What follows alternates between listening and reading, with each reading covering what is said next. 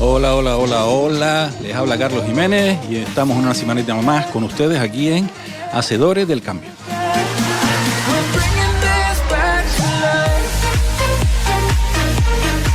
Un placer acompañarles y con nuestra gran compi Laura Bolaños al control. Hola Laura y Hola, muchísimas Carlos. Gracias por compartir este espacio con todos nuestros oyentes. Un placer.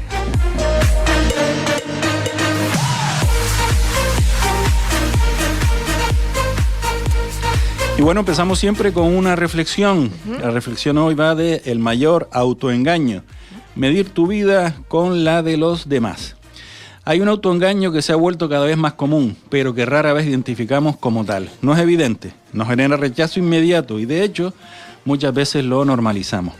Es ese mecanismo interno que nos lleva a creer que nuestra vida va por detrás, simplemente porque la estamos comparando con la de otros. Este autoengaño no aparece de forma brusca, se instala poco a poco, en momentos cotidianos. Una noche cualquiera, en el sofá, con el móvil en la mano, y empezamos a deslizar contenido casi sin darnos cuenta de otras personas. Y ahí esas personas publican sus viajes, sus nuevos proyectos, su cambio de vida, sus celebraciones, sus cenas y sus historias, ¿no? Fragmentos breves que, aunque parecen inofensivos, van dejando una huella. Cuando cerramos la aplicación, lo que queda no es solo el silencio del entorno, sino una sensación interna difícil de explicar. No es exactamente envidia, es algo más sutil. Es la sensación de que estamos llegando tarde a algún lugar, aunque no tengamos claro cuál es ese destino. Y ahí comienza el autoengaño. Asumimos que existe un ritmo correcto, una secuencia válida, una especie de calendario universal al que deberíamos ajustarnos, o sea, al ritmo de esas personas que estamos viendo que parece que tienen una vida distinta a la nuestra. A partir de ese momento empezamos a cuestionar nuestra propia vida desde un criterio que no es nuestro. Revisamos nuestras decisiones, nuestra rutina, incluso nuestra forma de avanzar. Sin que nadie haya cambiado en nuestra realidad, cambia la forma en la que la interpretamos. El problema no es solo la comparación, sino la forma en la que la utilizamos. Comparamos nuestro día a día con sus dudas, sus pausas y sus procesos con versiones seleccionadas de la vida de los demás. El postureo, vamos. Comparamos lo que estamos construyendo con los que otros ya muestran como resultados, como posibles resultados. Y en este tipo de comparación el resultado es previsible. Siempre sentimos que vamos por detrás. Ese es el núcleo del autoengaño, creer que estamos en desventaja cuando en realidad estamos utilizando una referencia distorsionada. Pero hay una consecuencia aún más profunda. Mientras miramos hacia afuera, dejamos de hacernos preguntas hacia adentro. Dejamos de preguntarnos hacia dónde queremos ir, qué sentido tiene lo que estamos haciendo o si el camino que seguimos responde realmente a nuestras prioridades. Y cuando la dirección propia desaparece, cualquier camino ajeno parece mejor. En este contexto es importante cuestionar otra idea que hemos asumido sin reflexión, que avanzar siempre significa ir más rápido o acumular logros visibles o tener más. Sin embargo, no todo lo que parece avance lo es, ni toda pausa implica retroceso. Hay procesos invisibles, decisiones silenciosas y aprendizajes que no muestran, pero que son fundamentales. A veces avanzar es sostener, a veces es reconstruir, a veces es detenerse para entender, pero estas formas de progreso no suelen aparecer en las narrativas externas que consumimos, lo que refuerza el autoengaño de que solo existe una forma válida de crecer. Frente a esto, recuperar la mirada propia se convierte en una necesidad, no desde el aislamiento, sino desde la claridad. Volver a formular preguntas que no nacen de la comparación, sino del sentido. Una de ellas puede marcar un punto de inflexión, que sería, ¿esto que estoy viviendo tiene sentido para mí? No es una pregunta cómoda, pero sí es una pregunta honesta. Y sobre todo, rompe este autoengaño, porque desplaza el foco desde la vida de los demás hacia la vida propia. El verdadero problema no es ir más lento que otros. El verdadero problema es dejar de mirar el propio camino por estar demasiado pendiente del ajeno. Porque en ese desplazamiento dejamos de decidir desde lo que somos y empezamos a reaccionar desde lo que vemos de los demás. Cuando recuperemos la dirección, la comparación pierde peso. Y cuando eso ocurre, la velocidad deja de ser relevante. Lo importante pasa a ser el sentido. Y desde ahí, avanzar ya no consiste en alcanzar a nadie ni competir con nadie, sino en ser coherente con el propio camino.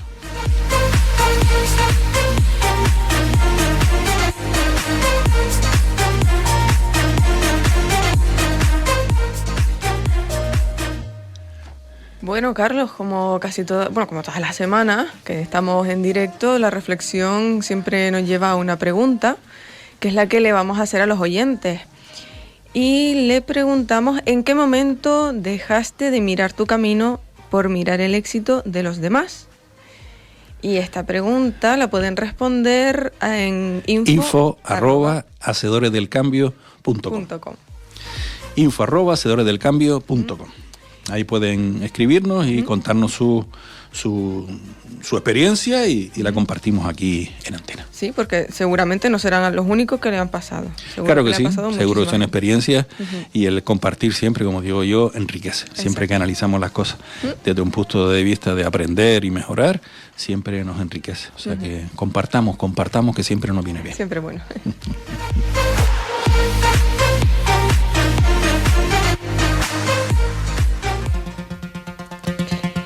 Y nos vamos hasta las noticias positivas, Carlos, porque un cuento al día y un futuro diferente. Hoy nos cuentas por qué algo tan sencillo como leer todos los días a un niño puede cambiarlo todo. Esto me va a gustar. Me encanta leer, me va a gustar mucho. A ver. Pues sí, leer a los niños no es solo un momento agradable, es una inversión en su futuro.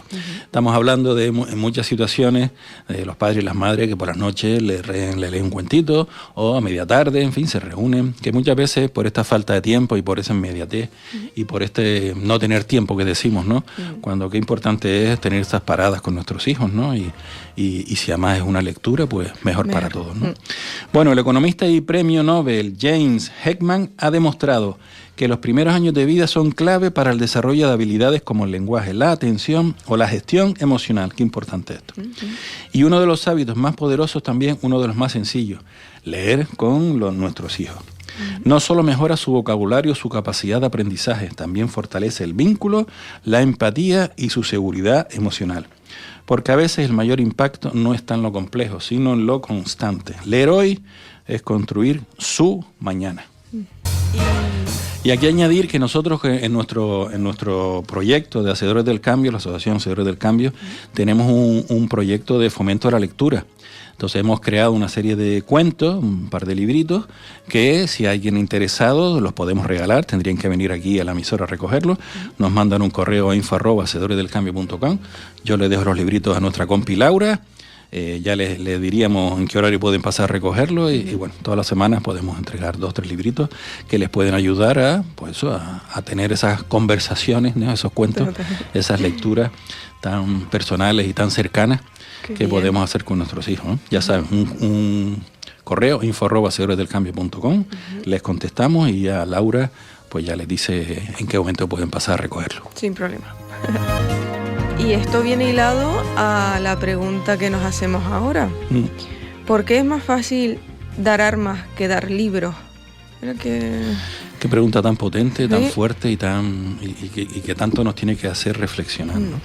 Sí. Bueno, esto es una pregunta que incomoda y además que es una pregunta muy clara, ¿no? Y la planteó Malala Yousafzai, Premio Nobel de la Paz y defensora del derecho a la educación, que ya comentaremos sufrió un atentado. Sí. ¿No?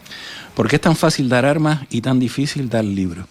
Fíjense que nosotros siempre hablamos en nuestro programa que en la cultura, la formación, es lo que hace diferente a las sociedades, ¿no? Cuando tú tienes una sociedad culta con educación, las relaciones interpersonales son distintas, ¿no? Entonces, bueno, pues lo que ella pregunta, la verdad es que es una pregunta súper dura, pero súper realista y además con toda la razón del mundo, ¿no? La reflexión no es solo retórica, apunta a una realidad estructural en la que invertir en conflictos resulta en muchos contextos más sencillos que invertir en educación. Mientras los recursos destinados a armamento crecen en distintas partes del mundo, millones de niños siguen sin acceso a una educación básica, y yo le añado, y sin poder comer 3 veces al día caliente, por así decirlo, ¿no? O sea, comida caliente 3 veces al día. Sin embargo, la evidencia es clara. La educación no solo transforma vidas individuales, sino que reduce la pobreza, mejora la salud y genera sociedades más estables. Dar un libro no es solo enseñar a leer, es abrir una puerta a pensar, decidir y construir un futuro diferente. Yo siempre digo, cuando uno lee y se forma, es capaz de tener criterios propios, ¿no? Cuando no tienes suficiente formación, los criterios que utilizas son los de otras personas, ¿no? Que te convencen con facilidad, porque tú mismo no tienes esos criterios y no tienes esas reflexiones, ¿no? Malala lo vivió en primera persona tras sufrir un atentado por defender el derecho de las niñas a ir a la escuela. Convirtió su experiencia en una causa global. Su mensaje sigue siendo tan simple como contundente. La educación es una de las herramientas más poderosas para cambiar el mundo, para cambiarlo en positivo. Esta idea nos deja una reflexión incómoda pero necesaria. No se trata solo de recursos, sino de prioridades. Porque cuando una sociedad facilita más el acceso a la violencia que al conocimiento, no está eligiendo solo un modelo de inversión, está definiendo su futuro. Y quizá la verdadera pregunta no sea por qué es difícil dar libros, sino qué estamos dispuestos a hacer para que deje de serlo. Una realidad brutal, Laura. Eso de los libros, la enseñanza, la formación, ¿por qué las autoridades no crean esos espacios? Volviendo a lo de los libros, si hay alguna asociación, algún colectivo que quiera trabajar esto del fomento a la lectura, pues lo mismo, le podemos llevar material para que, bueno, un par de veces a la semana reúnan ahí en la asociación de los vecinos del barrio, pues reúnen ahí a alguien que lean alto, vayan los adultos también, que es importante que en estos encuentros estén los adultos, no dejan a los chiquillos y se vayan, sino que estén ahí. Los adultos me refiero, padres, madres, tíos, abuelos que convivan con esos menores, pues que lo mismo, que nos manden un correíto y le llevamos por ahí los cuentos y cositas que pueden hacer para desarrollar la lectura y la formación. O sea, aquí la clave es, yo siempre lo digo, si tenemos gente formada y educada, la forma de vivir, la calidad de vida, se nota la diferencia. Y como dijiste antes, con criterio propio, que reflexionen y se hagan preguntas. Claro. Y eso. Cuando uno se ha tenido el tiempo de pararse a reflexionar, empiezan a hacerse preguntas interesantes, ¿no? Sí. Pero para poder generar esa reflexión, primero tienes que estar informado, tienes que estar instruido, si no, la reflexión no es potente, ¿no? Entonces, insisto, hay que leer, todos los días hay que leer, y si además le leemos a nuestra cantera, que digo yo, a nuestra gente menuda, pues mejor, porque al final conseguiremos una sociedad mucho más potente, mucho más real, y una sociedad mucho más cercana y civilizada, por así decirlo, ¿no? Y que se regalen más libros y menos Eso, armas. Efectivamente. Más libre y menos estable. Y seguimos a la siguiente noticia positiva, donde nos cuentas que Europa acelera el emprendimiento, donde crear una empresa en 48 horas, pues al parecer está siendo bastante fructífero, ¿no? Bueno, esto es una iniciativa que cuando yo la veo reflejada, me la creo, y cuando además la veo reflejada en España, porque todavía los autónomos estamos esperando a que el gobierno pues quite el IVA en la península a aquellos autónomos que facturen por debajo de 80.000 euros, ¿no? Entonces, una norma europea que todavía no se ha traspasado. Aquí el gobierno de Canarias vio una noticia el otro día que lo iban a implementar para hasta 50.000 euros, ¿no? No sé si eso ya está en vigor o es una idea, lo mismo. Cuando lo vea, que el asesor fiscal me diga, Carlos, que ya no tal, pues para adelante, ¿no? Bueno, pues esto es una idea que me parece fantástica. Sin duda. ¿Cuál es el tema? Cuando uno crea una empresa, y yo tengo experiencia en esto, los plazos, primero es el desconocimiento, ¿no? Y luego los plazos que te empiezan a pedir seguridad social, no sé qué, el notario, no sé qué, y al final, pues mucha gente tira la toalla antes de empezar porque son personas, sobre todo cuando es la primera vez, ¿no? Que desde la inseguridad, la incertidumbre, esos miedos, me voy a lanzar Y si luego vas a un sitio y todos son pegas y todos son problemas, entonces mira, pues ya lo haré más adelante, ¿no? Entonces, con esta iniciativa, creo que el planteamiento es en 48 horas y con un costo inferior a 100 euros. O sea, empezamos bien. Es una cosa rápida, entiendo que será online, habrá un pago inferior a 100 euros, entiendo que será según el tipo de empresa que uno quiera montar. Y el objetivo es claro, eliminar barreras burocráticas y hacer más accesible el inicio de un negocio, especialmente para emprendedores y pequeñas iniciativas. Pequeñas iniciativas y emprendedores, las pymes y las micropymes, sobre todo las micropymes en España, son más del 90% del tejido empresarial, más del 90%. O sea que, a ver cuándo nos damos cuenta que el barbero de la esquina no es Amancio Ortega, no es Amancio Ortega, que tiene otra problemática y otra necesidad completamente distinta, ¿no? Que no es lo mismo, que no se puede comparar una cosa con otra y hacer normativas donde iguales para estos dos segmentos que no tienen nada que ver. Entonces, la digitalización de los trámites junto con procesos más simples y rápidos permitirá reducir los tiempos que antes podían alargarse durante semanas. Esta medida no solo impulsa la creación de empresas, sino que también facilita y fomenta la innovación, el empleo y la dinamización económica. Porque a veces emprender no depende solo de una idea, sino de lo fácil o difícil que sea empezar. Y además, fíjate, yo siempre digo que no se trata de repartir, quitarle a uno para darle a otro. Se trata de que todo el mundo crezca y que tenga unos ingresos dignos. Pues la única forma es generar economía, generar riqueza.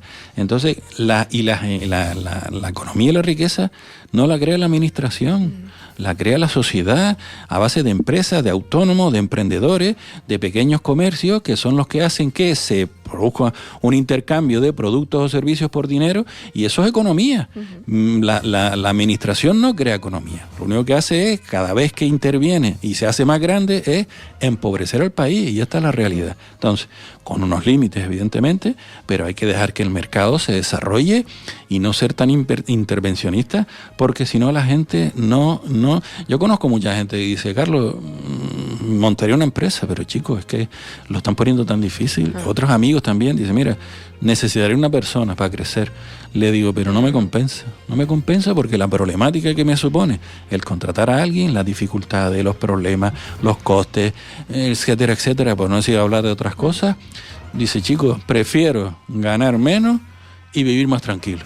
Entonces, claro, no se está generando el empleo que se podría generar por todas estas pegas que se están poniendo, ¿no? Bueno, en definitiva, todo lo que sea ayudar a que la economía crezca y que crezca de una forma sana, de una forma ética, de una forma moral, evidentemente, con salarios dignos y que todo el mundo pueda llevar suficiente dinero a su casa, me parece perfecto. Bienvenido sea. Oyentes pueden enviarnos un correo respondiendo a la siguiente pregunta: ¿en qué momento dejaste de mirar tu camino por mirar el éxito de los demás? Y nos pueden enviar sus respuestas a info@hacedoresdelcambio.com.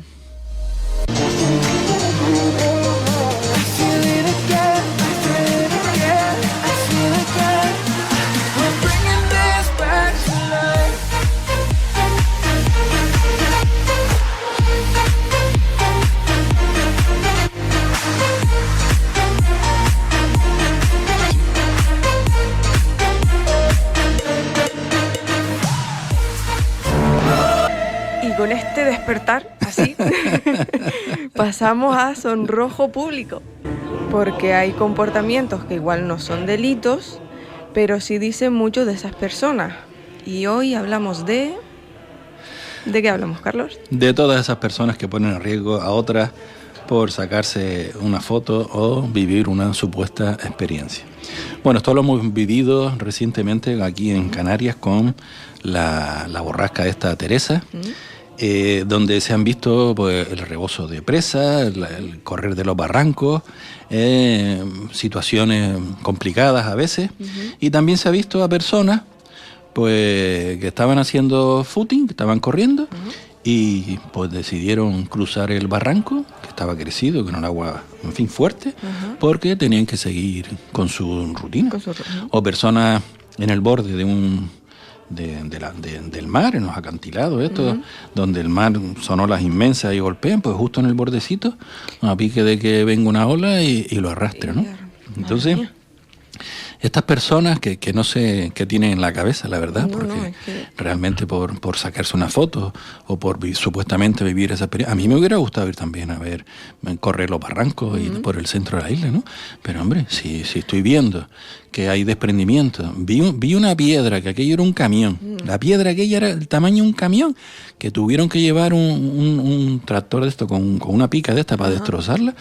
Es que si te coge debajo te destroza. Entonces, escuchaba también a Antonio Morales, el presidente del Cabildo aquí de Gran Canaria, que decía, vamos a ver, que está muy bien visitar nuestras islas y ver lo espectacular de esas caídas de agua y tal, pero hombre, no meta usted a su familia, su pareja, a sus chiquillos en un coche y se vaya para San Mateo, para tal, que se puede haber un desprendimiento y si le cae encima, luego ¿qué?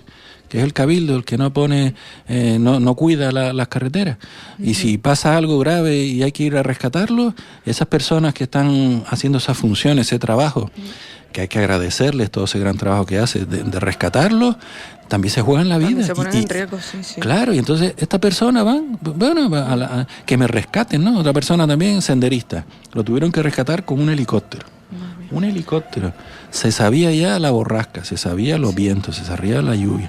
Pues a esta persona se le ocurrió hacer senderismo, ni más ni menos. Y entonces, ¿qué hubo que hacer? Desplazar un helicóptero en unas situaciones complicadas para rescatar a esta persona. Yo espero que le hayan puesto un buen coste. Yo no sé si multa, pero por lo menos que haya tenido que pagar por desplazar el helicóptero y todas las personas que van en el helicóptero. Espero que la factura sea grande, porque no hay derecho de que estas personas sean tan inconscientes, tan desconsideradas con el resto de personas, ¿no? Es que me parece, en fin, es que no sé cómo decirlo, ¿no? Pero oiga, saque usted esta foto en otro momento, pero no ponga usted en peligro ni a usted, ni a, bueno, si se quiere poner usted en peligro es cosa suya, pero que no perjudique a terceras personas y no meta usted en un coche a su familia para ver la caída, que le puede caer una piedra y destrozarle la vida a usted y a su familia, ¿no? En fin. Me estás haciendo reflexionar, Carlos, y es lo que incluso hablamos la semana pasada, ¿no? La impaciencia, el tener la foto ya, el ser el primero.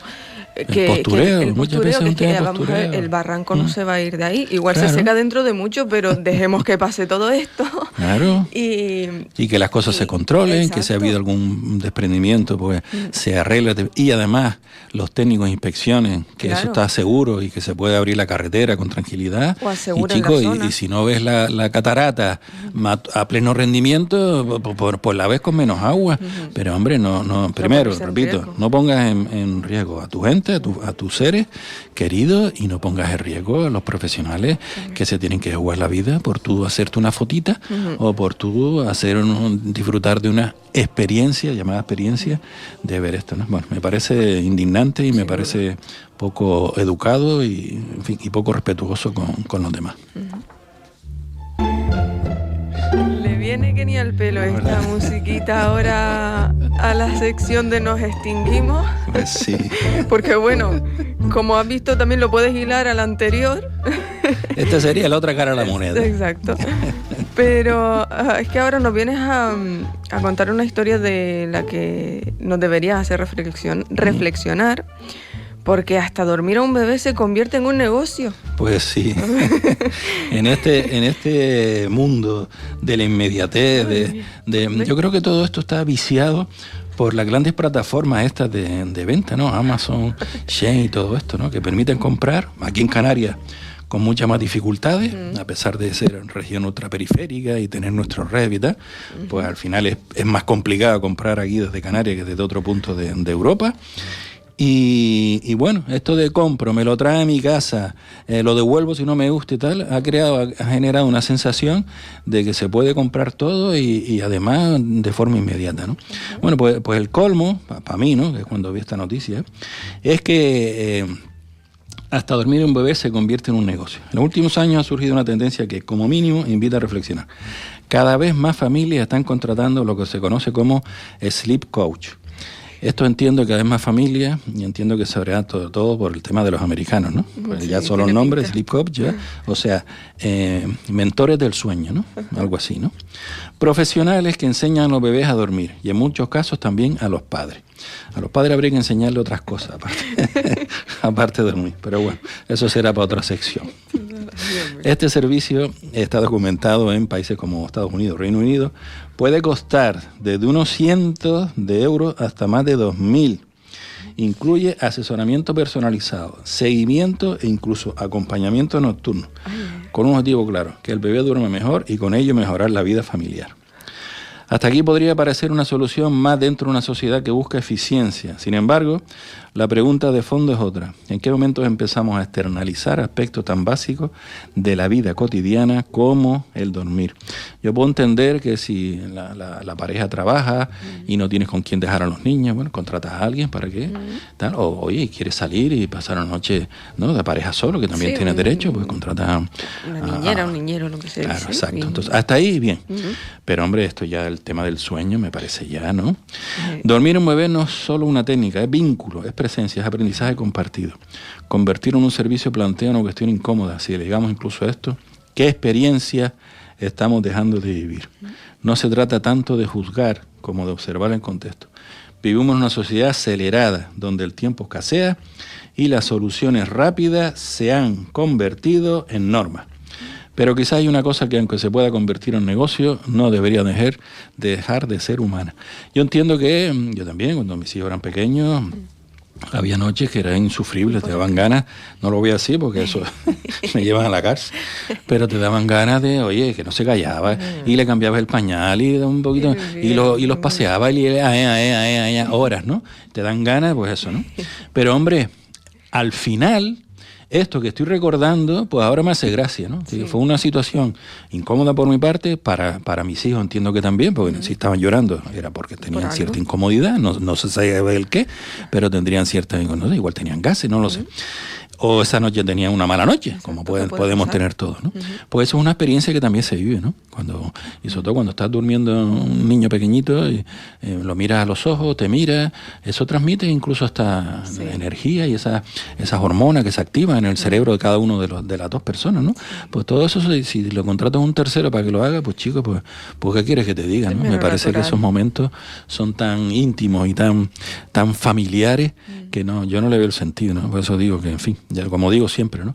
Si no nos extinguimos es porque somos muchos, somos una plaga muy grande y cuesta, ¿no? Pero la verdad es que estos comportamientos, porque al final son un tema básicamente de comodidad, de si intentan cambiar una situación, una sensación por dinero, y esto es lo que a mí no me termina de convencer, pero bueno. Si las personas lo ven así, yo creo que es un error.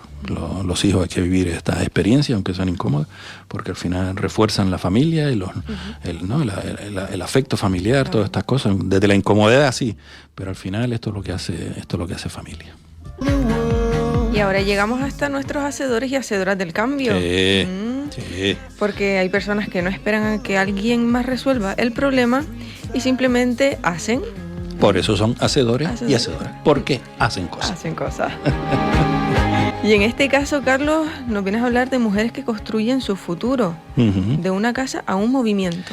Efectivamente, esto es una historia de Perú y nos recuerda que el cambio real no siempre nace de grandes estructuras y de grandes movimientos y de grandes, sino decisiones concretas, en momentos concretos, impulsados por algún hacedor o una hacedora que decide empezar a hacer. En este caso, nuestra hacedora se llama Silvana Garcilaso, arquitecta de profesión, que no inició un gran proyecto desde el principio. Su historia comienza con algo mucho más sencillo y al mismo tiempo mucho más determinante. Y la clave, como siempre, es decidió no mirar hacia otro lado. Todo empieza cuando conoce a una mujer, una viuda, que vivía en condiciones precarias, sin una vivienda digna y sin recursos para mejorar su situación.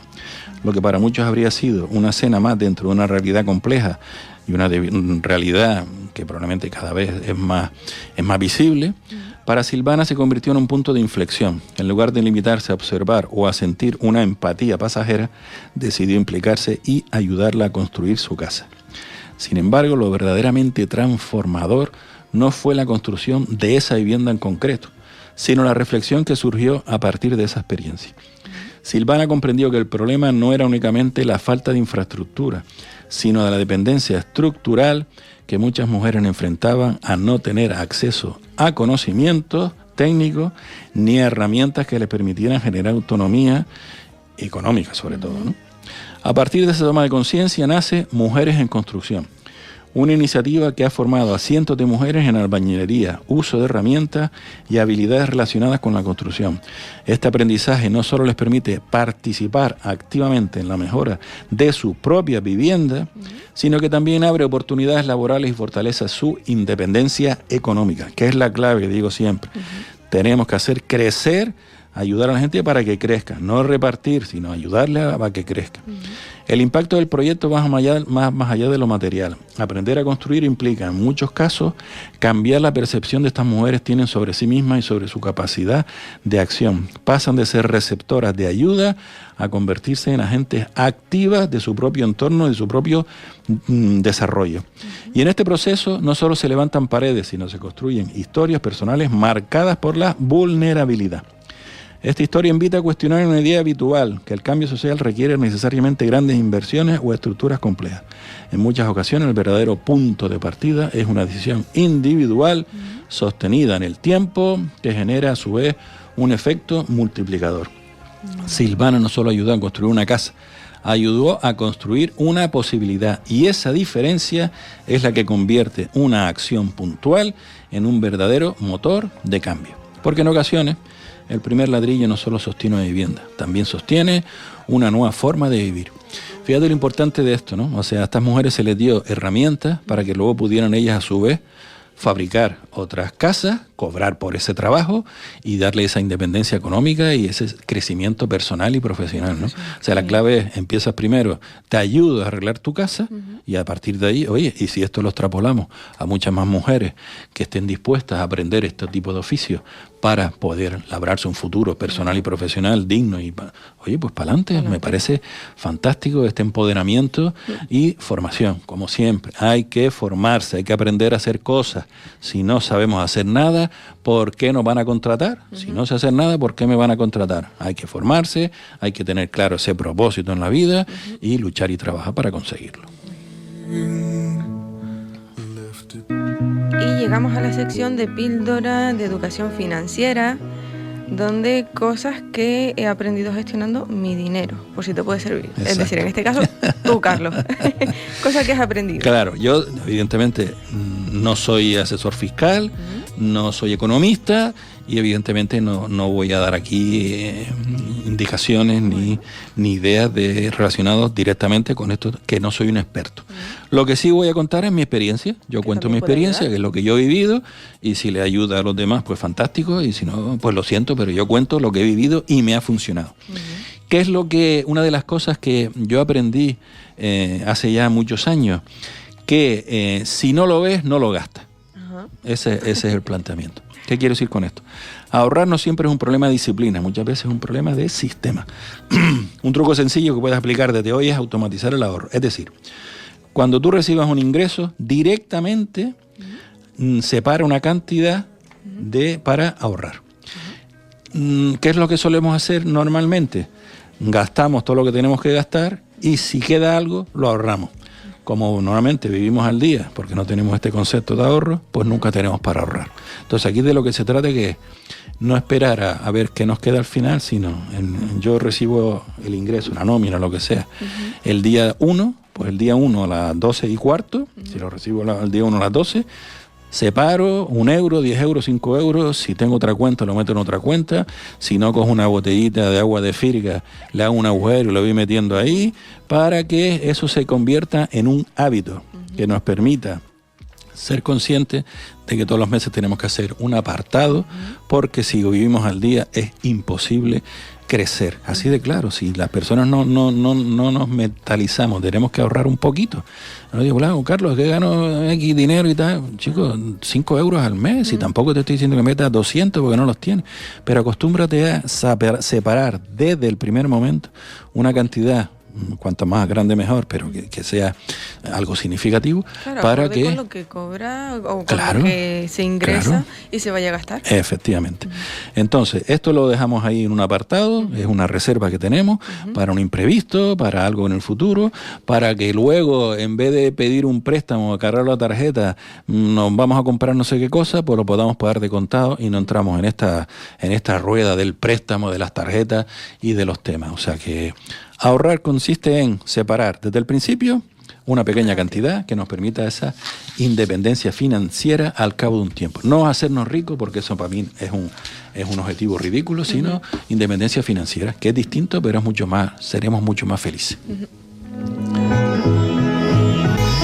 Y bueno, se nos han quedado muchísimas cosas en el tintero, Laura, pero bueno, las retomamos la semana que viene. Las tenemos aquí reservadas. Sí, que además son cosas muy interesantes y que seguro que les van a venir muy bien a todos nuestros oyentes.